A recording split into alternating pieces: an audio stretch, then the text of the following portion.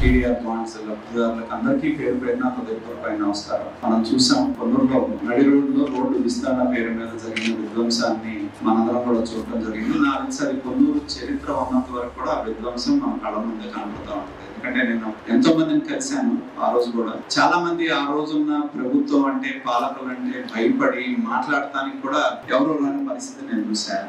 కొంతమందిని చూసినప్పుడు దూరంగా ఉండి వాళ్ళ కళల్లో కన్నీళ్లు కూడా రావడం నేను చూశాను. మరి ఆ విధమైన భయంకరమైన పరిస్థితులు పాలన గత ప్రభుత్వంలో ఉన్నాయి.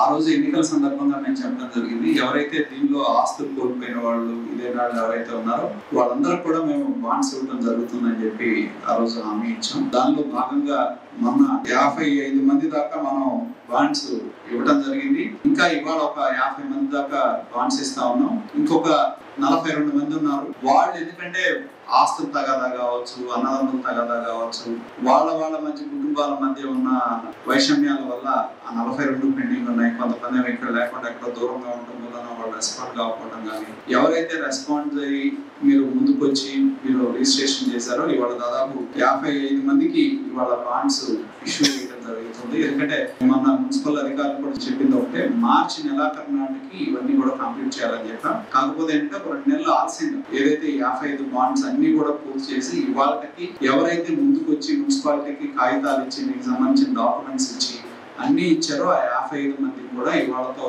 అందరికి చిన్న చిన్న సమస్యలు మా దృష్టికి వచ్చినవి కూడా మేము పరిష్కారం చేయడం జరిగింది. దానిలో భాగంగా మరి ఇంతవరకు ఆ రోడ్డు కూడా మేము పూర్తి చేసాం. వాటర్ పైప్ లైన్ వేసి రోడ్డు కూడా చివరి వరకు పూర్తి చేయడం జరిగింది. మిగతా 42 మంది ఎవరైతే ఉన్నారో వాళ్ళు కనుక ఇప్పుడు ముందుకు వస్తే కొన్ని కోర్టులో ఉన్నాయి, అన్నదమ్ముల మధ్య తగాదాలు ఉన్నాయి, మరి కొంతమంది ఊరికి దూరంగా ఉన్నారు. మీరు ఎప్పుడు వచ్చి కనుక ఇస్తే ఖచ్చితంగా మీకు కూడా వెంటనే బాండ్స్ ఇవ్వడం జరుగుతుంది. కాబట్టి ఏదైతే ఎన్నికల సందర్భంగా మేము ఇచ్చిన హామీ ఏదైతే ఉందో, ఎవరైతే రోడ్డు విస్తరణలో ఉన్న బాధితులు ఎవరైతే ఉన్నారో వాళ్ళకు ప్రతి ఒక్కరు కూడా మేము బాండ్స్ ఇస్తామని చెప్పాం. అది ఇవాళ ఈ 55 మందికి ఇవ్వడంతో దాదాపు పూర్తయిందని అనుకుంటాం. మిగతా 42 మంది ఎవరు ముందుకు వస్తే ఖచ్చితంగా వాళ్ళ మధ్య వివాదాలు పరిష్కరించుకొని మున్సిపాలిటీకి మీ డాక్యుమెంట్స్ కనుక ఇస్తే అప్పటి నుంచి ఒక 4 రోజుల లోపు మీ అందరూ కూడా ఈ బాండ్స్ ఇవ్వడం జరుగుతుందని చెప్పి తెలియజేస్తూ, ఈ ప్రభుత్వం కూటమి ప్రభుత్వం ఏదైతే ఎన్నికల ముందు మీరు ఒక నమ్మకంతో మమ్మల్ని ఈ రోజు మేము ఇక్కడ నిలబడ్డామంటే మీ అందరి యొక్క ఆశీర్వాదం వల్ల మేము నిలబడ్డాం. కాబట్టి నేను ఈ వేదిక మీదుగా తెలియజేసేది ఒకటి, ఇది ఒక ప్రజా ప్రభుత్వం, ప్రజల కోసం పనిచేసే ప్రభుత్వం మేము కూడా. అంతేగాని ఇది వైషమ్యాలు రెచ్చగొడతాము లేకపోతే రౌడీజం చేయడానికి కాదు ఈ ప్రభుత్వం.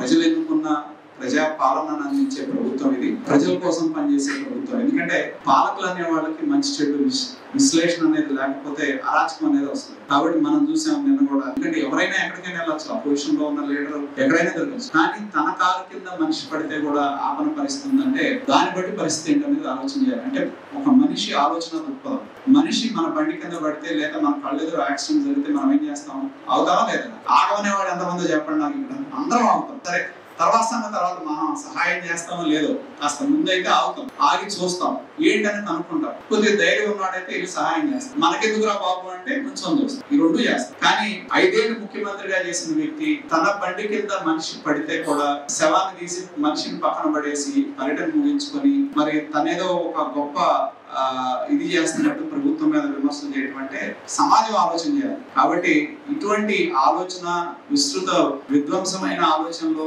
రాక్షసపూరితమైన ఆలోచనలో ఉన్న వ్యక్తులు సమాజంలో ఉంటే పోయిన 5 సంవత్సరాలు ఏం జరిగిందో మనం చూసాం. కాబట్టి ఆలోచన దృక్పథం మారలేదనేది స్పష్టంగా కనపడతా ఉంది. దాన్ని మనందరం కూడా అటువంటి ఆలోచన దృక్పథం ఉన్న నాయకుల్ని సమాజం నుండి బహిష్కరించాల్సిన అవసరం ఉంది.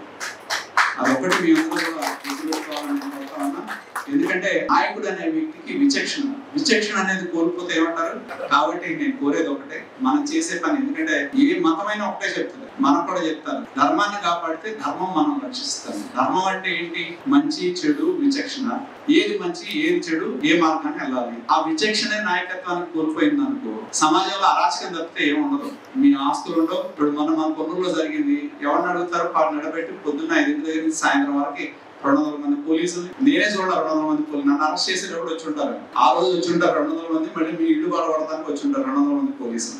అటువంటి పరిస్థితులు మన ఊళ్ళోనే జరిగినాయి అంటే ఎంత అరాచకమైన పాలన నడిచిందో మనందరం కూడా గుర్తుంచుకోవాల్సిన అవసరం ఉంది. కాబట్టి మీ అందరి ఆశీర్వాదంతో ఒక ప్రజాప్రభుత్వం, ఒక ప్రజా పాలన అధికారంలోకి రావడం జరిగింది. మేమందరం కూడా సమాజం కోసం, మన ఊరు కోసం, మన ఊరు ప్రజల కోసం మేము కట్టుబడి ఉన్నాం. ఆ విధంగా మేము పనిచేస్తాం. మీకు ఏ సమస్యలు ఉన్నా మా దృష్టి తీసుకురండి, మేము వాటిని పరిష్కారం చేసే దిశగా మీకోసం పనిచేస్తామని చెప్పి తెలియజేస్తూ మరొకసారి ఏదైతే మేము ఇచ్చిన హామీ ఏదైతే ఉందో దాన్ని పరిష్కారం ఈ రోజుతో మేము పరిష్కారం చేయడం జరిగింది. పూర్తిగా ఎవరైతే అన్ని డాక్యుమెంట్లు ఇచ్చారో దాదాపు 120 మంది దాకా మేమందరం కూడా ఈ రోజుతో బాండ్స్ ఇవ్వడం జరిగింది. మిగతాది మీరు వస్తే కేసు బై కేసు వాటిని పరిష్కారం చేసి బాండ్స్ ఇస్తారని చెప్పి తెలియజేస్తూ ఈ రోజు మరొకసారి నేను చూసా చాలా మంది వెళ్ళినప్పుడు మరి బయట ఇంట్లోకి వెళ్ళి కూర్చున్నా మాట్లాడటానికే భయపడ్డారు. ఒకళ్ళిద్దరైతే కన్నీళ్లు పెట్టుకున్నారు. అంటే వాళ్ళు వృద్ధాప్యంలో ఉండి ఆ ఇల్లు పడగొడితే ఏం చేసుకోవాలో నాకు తెలుసు. ఇప్పుడు 2-3 కూడా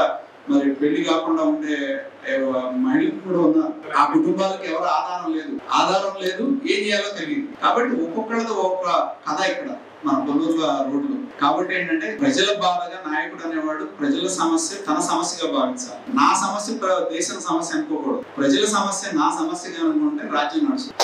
లేకపోతే నా సమస్య అందరి సమస్య అనుకుంటే రాజ్యం అనేది నడవదు. కాబట్టి మీ అందరం కూడా మేము ఏదైతే ఇచ్చిన హామీని నిలబెట్టుకునే అవకాశం మీ ఆశీర్వాదంతో మాకు కలిగింది. ఖచ్చితంగా రాబోయే రోజుల్లో ఇదే స్ఫూర్తితో కూటమి ప్రభుత్వం మేమందరం కూడా పనిచేస్తామని చెప్పి తెలియజేస్తూ ఈ రోజు ఈ కార్యక్రమంలో పాల్గొన్న మీ అందరికీ పేరు పేరున ధన్యవాదాలు తెలియజేస్తూ సెలవు తీసుకుంటా ఉన్నా. అందరికీ నమస్కారం.